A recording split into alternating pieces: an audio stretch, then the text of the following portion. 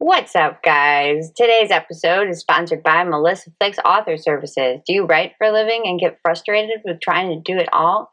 You don't have to. Melissa Flick's offers a wide range of affordable services ranging from book management to administrative tasks. Go to melissaflix.com, click contact to get started. Remember to put too many words in the subject line. Simplify your life so you have more time to write. Today's episode is also sponsored by LuLaRoe. LuLaRoe is a clothing company that provides comfortable, fashionable, and unique clothing for everyone. The famous soft, buttery leggings are only the beginning. LuLaRoe also has an amazing line of women's dresses, shirts, tunics, and t-shirts. Go to facebook.com/group/LuLaRoe Rebecca Clark. Type in code too many words to get 20% off your first order. Let's do the show.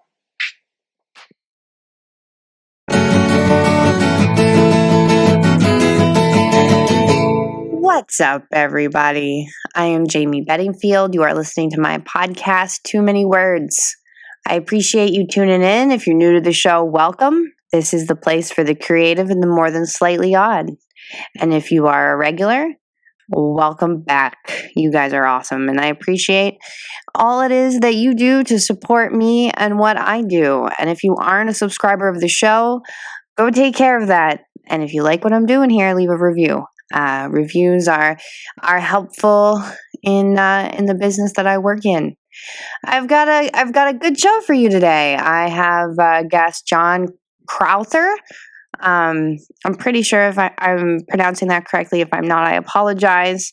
John, feel free to scold me. John is the writer of Rochelle, which is an awesome comic book. Definitely check it out. And he is also starting up another comic, which we get into in our conversation. And very cool guy, very cool talk. And him and I recorded a few weeks ago, and I'm looking forward to sharing it with you. We had some tricky business with our Skype connection, so there's a little bit of sound issues that I wasn't able to get out. So please forgive me and enjoy it, because I enjoyed recording with him. And that leaves us to how is everybody doing? It has been a rough week. And I know that there is a lot of stress and fear in the air. And don't worry, I'm not going to talk about the election. You don't tune into this show for the politics. There are plenty of other places talking about all the madness that is going on. So you can tune in to there. But I will say this. Let's all take a breath and remember to be kind. We are all people, and I'm saying this to everyone, including myself. Shit seems really intense and loud. We are tired and all seeing way too much hate. And I'm not talking to one party here. I'm speaking about every single person. Fear can spiral out of control if unchecked. But it can also be wielded to help better ourselves. It doesn't have to destroy us. And being in the editing stage at the moment on my manuscript, one of my main focuses is on character development. You can't have a true villain without reason. There is no hero without struggle. Heartbreak can't exist without love. Setting is important, as is the overall arc and flow, but without deep, unique characters, there is no one to root for, nothing of substance to fight against. Characters need to be interesting, but more importantly, real. We need to be able to relate to them.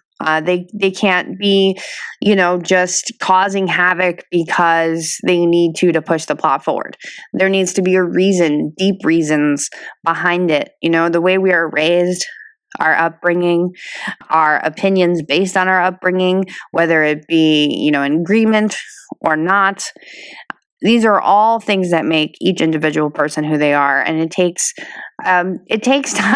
time to grow, to be a person, to be complicated, and everything we do, everything that is done to us, there's a ripple effect, and this ripple effect creates a unique character, a unique person. When I pick up a story or flip on a show, I'm looking to go on a journey, and I'm looking to go on this journey with people that I care about. I'm Walking Dead is a great example for this. With me, there are characters that I learned to care deeply about, and therefore, when they are going through stress and terrible things, and I won't give out any spoilers, but the shit that happens on that show, I wouldn't care about. I wouldn't care what happened if I didn't care about the characters. And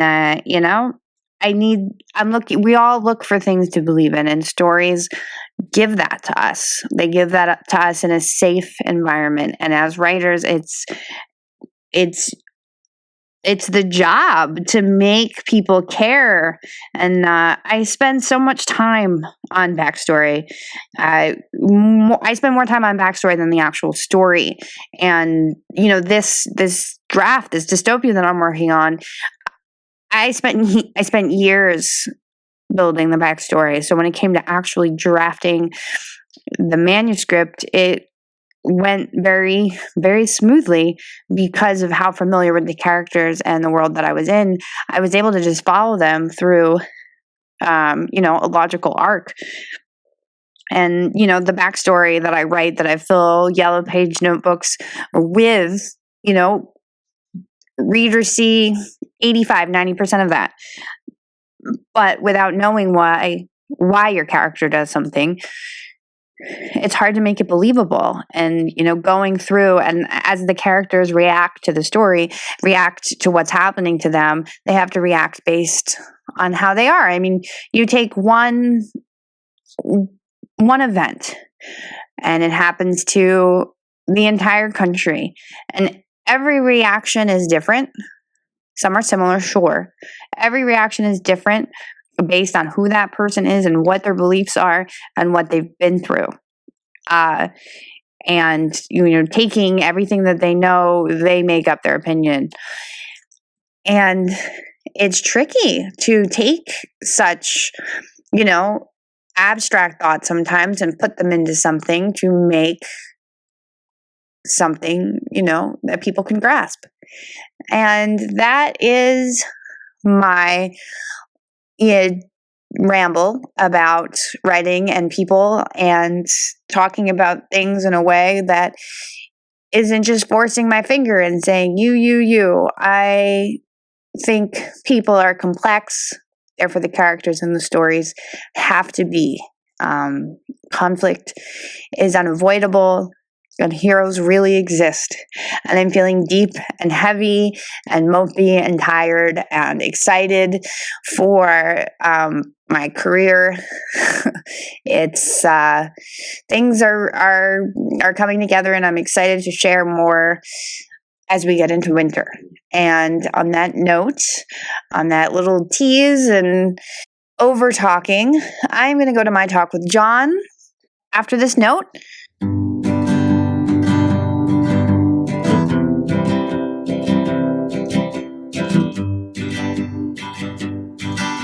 John, how's it going? Very good, thank you.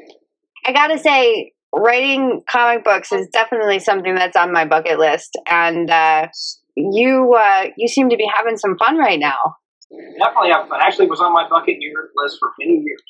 I've been practicing law, and I finally decided, hey, let's take the step and try it out. You only live once. Going for your dreams. I'm a big subscriber to that. So, what brought you to Rochelle?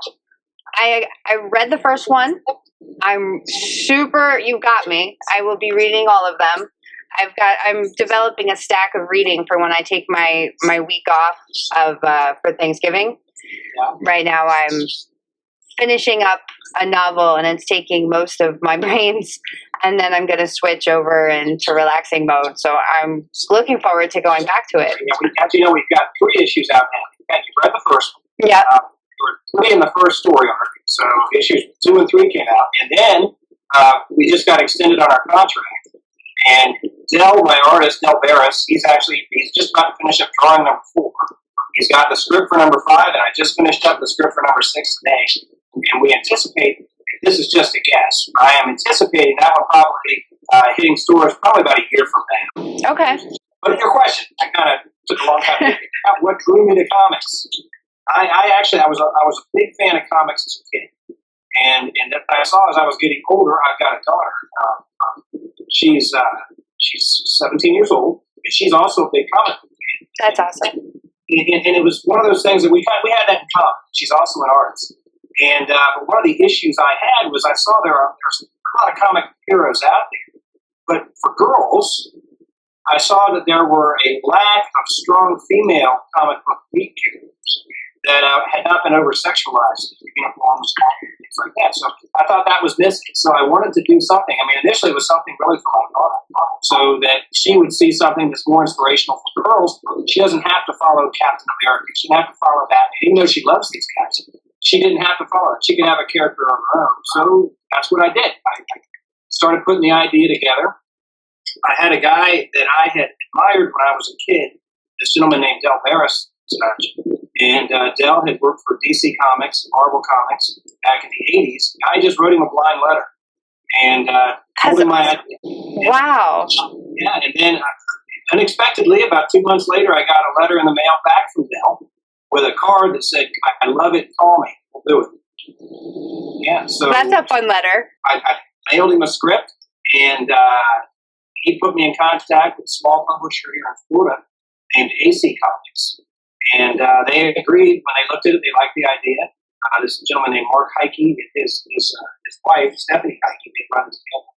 And they said, "Hey, listen, we'll run you for free as a flip story on our comic book series, FemForce." So that's what we did. We did that. There we got noticed by Antarctic Press and a gentleman named Joe Dunn out in San Antonio, Texas. And he said, "We love what you're doing. If you're not locked into AC Comics, we'd like you to come over here." And we did it. We hooked me up with their colorist who works for them and a cover artist. Dell obviously did all the interiors. We sent it over, and boom, we were off. That's exciting. You had to have been stoked. Yeah, extremely. So I went from, within 2 years, I went from a guy who was just a comic book fan. He dropped a letter to someone he admired to. Now we're being published by one of the biggest publishers. That's really cool. Good sense of accomplishment.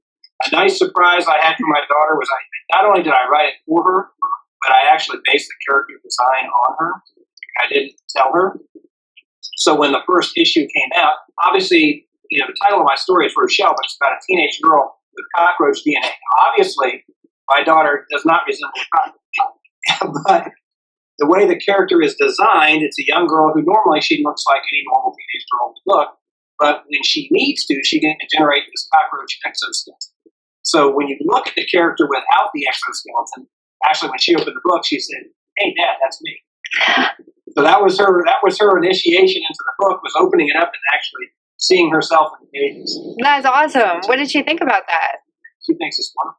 And now, I think you've probably seen some of the photos maybe on Facebook. She actually will attend comic book conferences with me, and she dresses up as Rochelle. I saw that. That is really cool.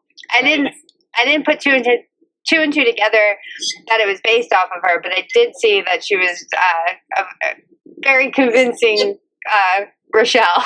Okay, yeah, exactly. And it makes it nice because it's something that I can do with her. It makes it kind of a good, fun family experience. We go to these conventions.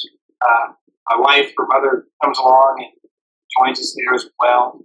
It's just really, it's a good thing to be able to do together. It's nice to be able to tap into her mind because obviously I'm not a teenage girl. So the day-to-day things that she goes through, I'm able to tap into and bring into the stories, as well as a little bit of fantasy too. It's a lot of fun. That's a cool way to tune into her that way, that's cool.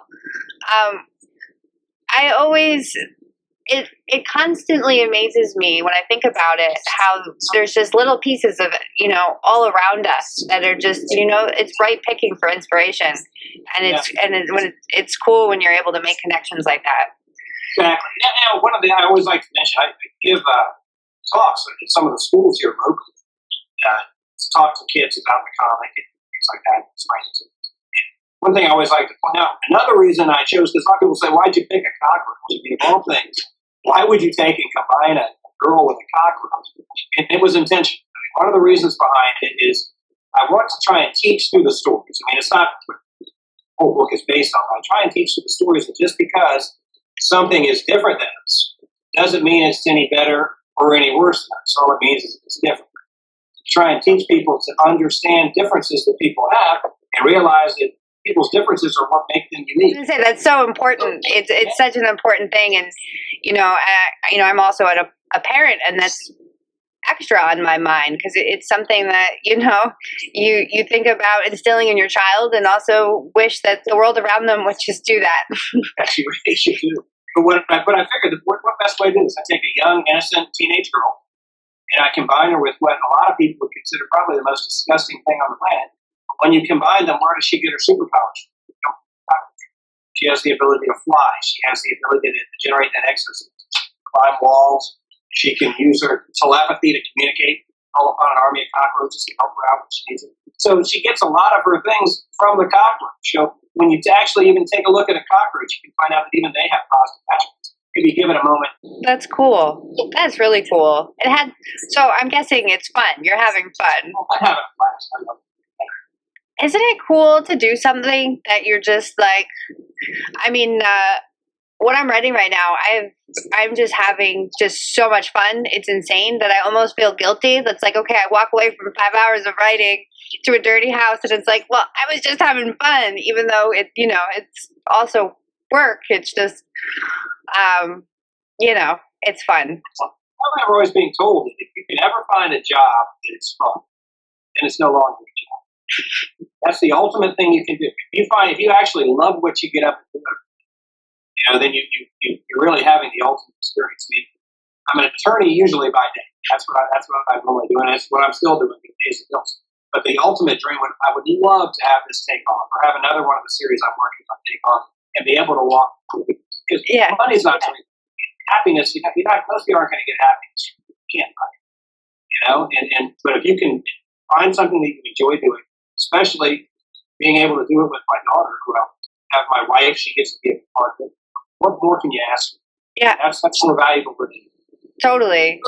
No, I'm a little over a year of writing full time, and sometimes I'll just get stressed out about like finishing this one thing, or getting this thing, or hunting down some money, reminding somebody to pay me. But then I remind myself, like I try to remind myself that I'm doing something that I love, and that's makes me really lucky. And to be able to wait and actually, for me at least, how I feel. I mean, tell the stories that are in my head. I remember I did a convention over in Orlando. It's science fiction, speculative fiction Southeast. And someone asked me one time, "What's it like when I write?" I said, "I'll be honest. It reminds me of when I was a kid." So basically, what I'm doing is I'm taking these daydreams that I have. It's like it's like watching a TV show and just grabbing a sheet of paper and writing down everything that I'm seeing. Totally, yes. And it's just, I don't know how else to describe it. And then the neat thing is being able to hand that when I write over to Dell. And he told me, because he's been in the industry for years, to be able to have him actually take what I saw and then put it on paper, and 9 times out of 10, he's got it exactly the way I envisioned it. That's awesome. And he said that's tough. He says you don't find that a lot. When a writer and an artist can mix, like, and the writer or the artist can actually see what the writer sees, put it on paper. That's when we've got a winning comedy. It really is a neat feeling having him turn those pages over to me as they come in. I mean, I'm like, I bet. Every day it's like Christmas. A new page pops up that he's drawn that I've read on. I'm like, oh my God, that's the best page I've ever seen. He's like, you said that last page. I'm like, yeah, well, that's That's awesome. That's really cool.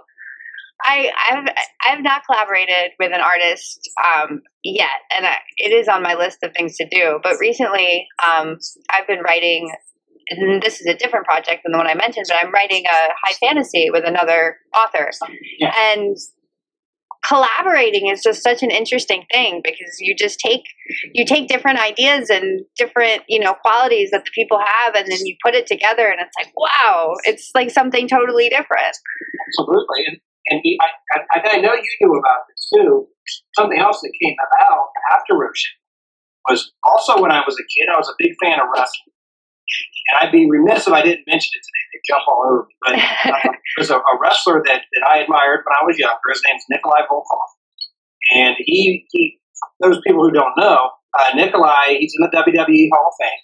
He wrestled at WrestleMania 1. Now, he came to the U.S. in the 60s. He actually defected from communist Yugoslavia. And he came to the U.S. in the 60s, or he actually went to Canada. He defected to Canada. Eventually ended up in the United States. He goes to WrestleMania 1. He wins WrestleMania 1 with the Iron Sheik to become the tag team champions. He's the first wrestler, along with Bruno Sammartino, ever to sell out Madison Square Garden. I get a message that this guy's living in Baltimore, and he always wanted a comic book about his escape from communism and coming over to this. So I said, hey, put me on the phone. And I started talking to him on the phone. I said, Nick, I can promise you something. I tell you, I'm going to do something. I'm going to get it done. So I did a bunch of interviews with him, learned all about his life, wrote the story down, delved through it, and starting this Sunday, so about 3 days from now, we're going to start a Kickstarter on it and getting it here. And the neat thing about that is it's not fantasy. I mean, I'm enjoying the fantasy aspect, making up stories with Rochelle, but I was also a history major at college. So this one here is a true life story about a person. Being able to talk to him, he's a living history.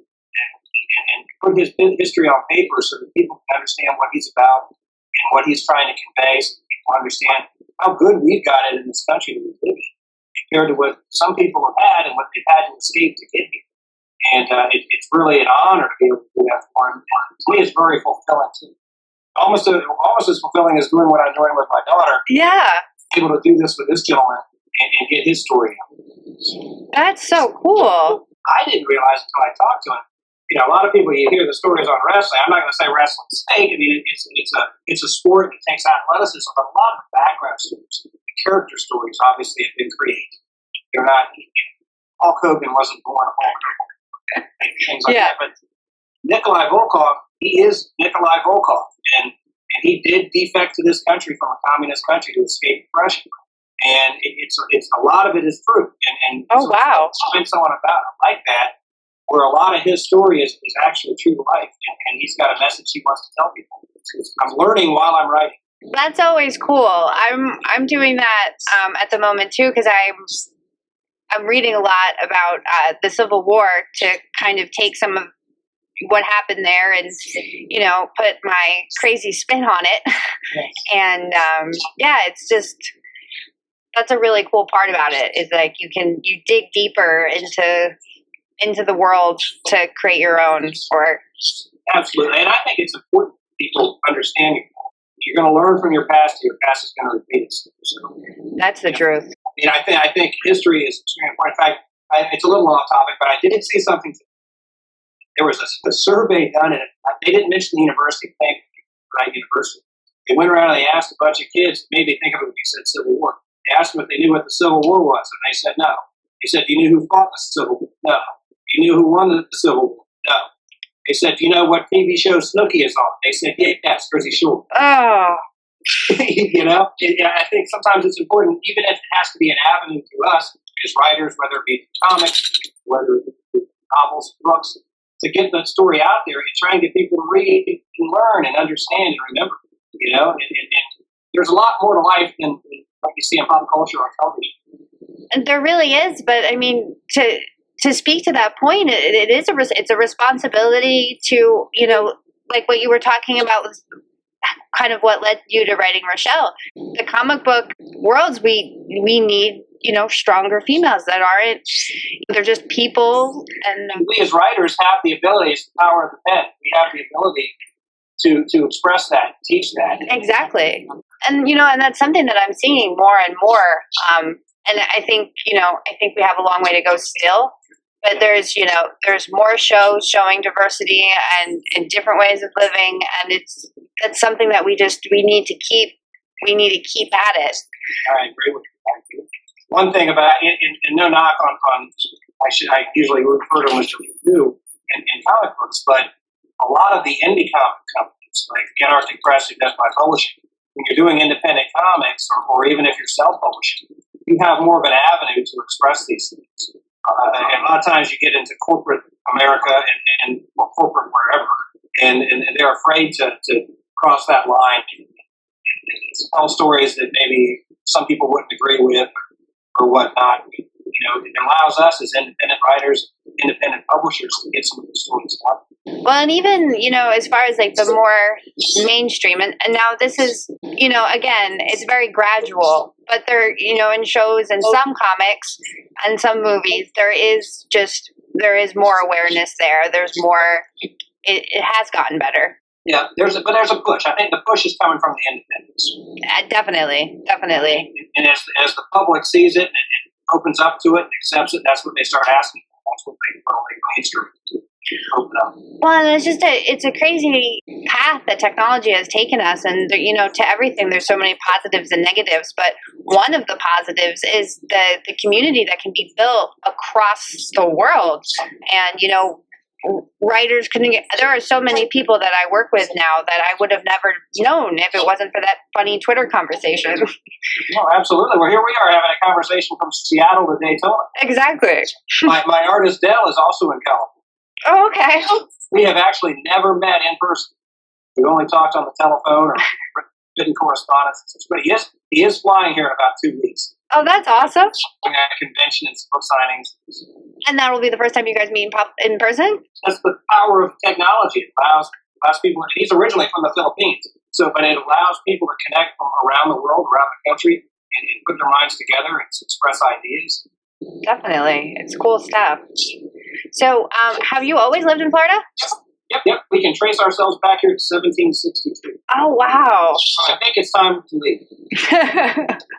My wife and I always say, eventually, one of these days, we're heading north. North? Whereabouts would you?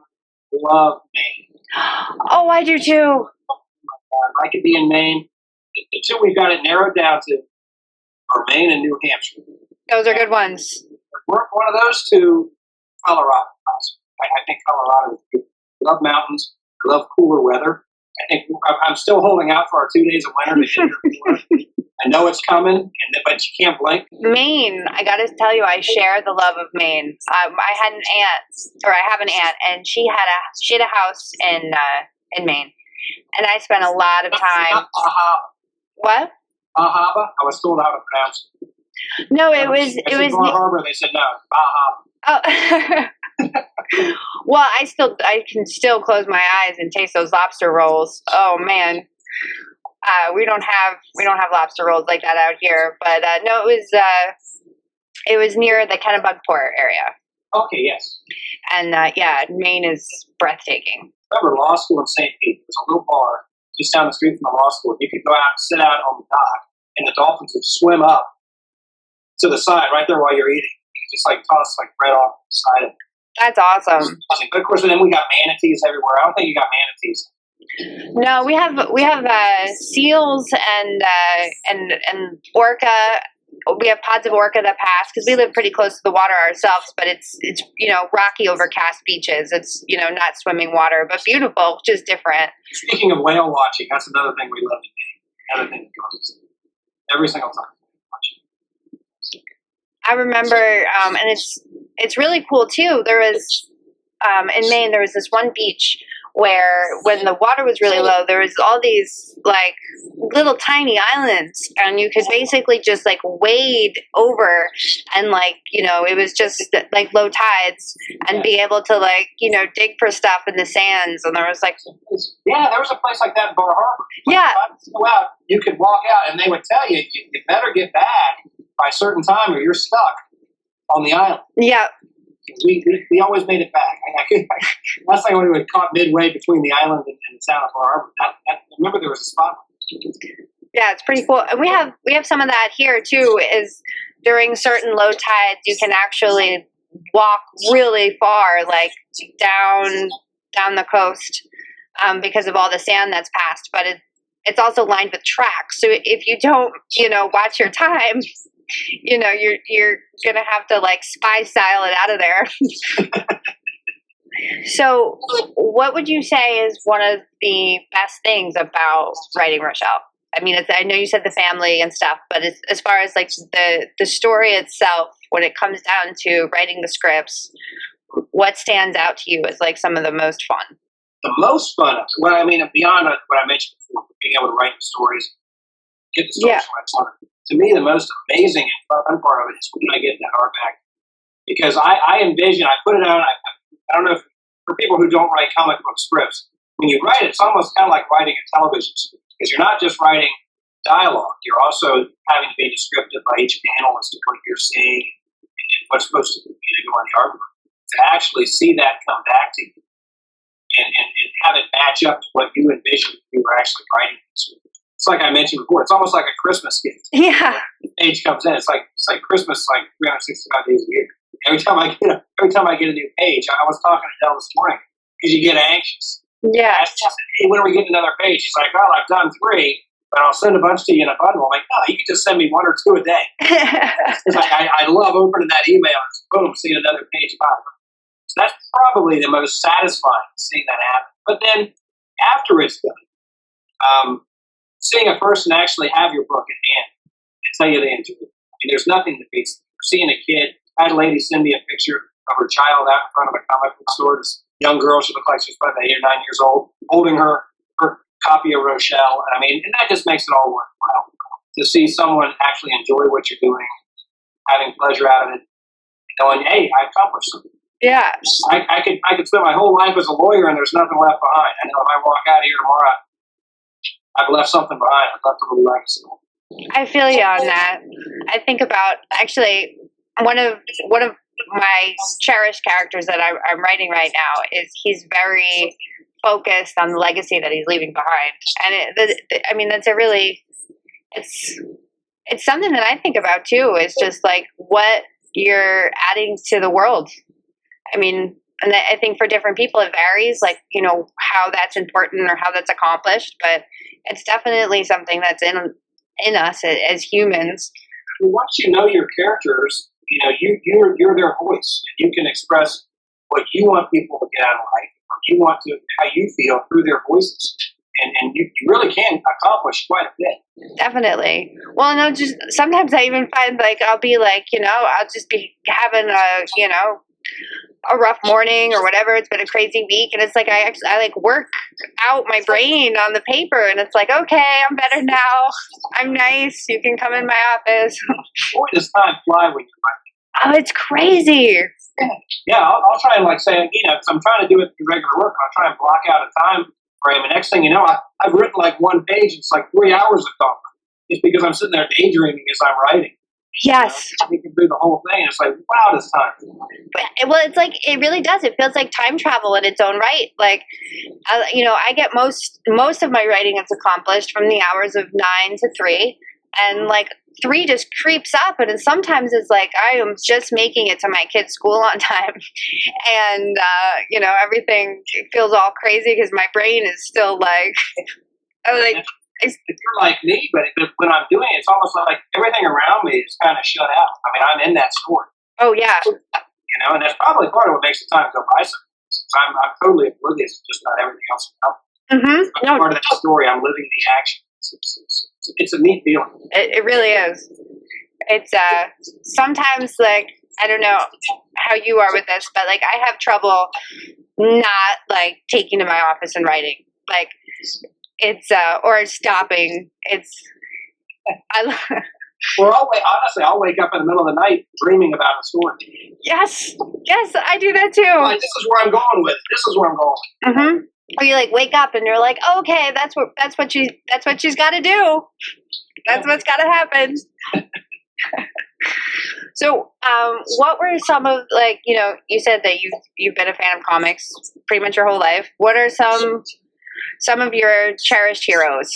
Probably my biggest influence was Crises on Infinite Earth. I don't remember that series that came out around 1986, 87. And it was written by Marv Wolf. Okay. It was the art was done by a man named George Perez. And basically it took the entire DC universe and they started, because there were so many characters, so they created this Crises on Infinite Earths and they started killing off different characters, elevating characters, moving characters down. And I think that was probably my biggest influence was reading these stories, because I remember as a kid, I'd get off the school bus and I'd go to my parents. My mom would hand me like $3. Of course, $3 could buy you about 4 or 5 ramen. They're like 75 cents a pop. Wow. So I would get off the school bus, stop at the little Rexall store with the spinning comic book rack, grab myself a bunch of comics. But I remember all the anticipation to get the next Crises on Infinite Earths book that was hanging. That's awesome.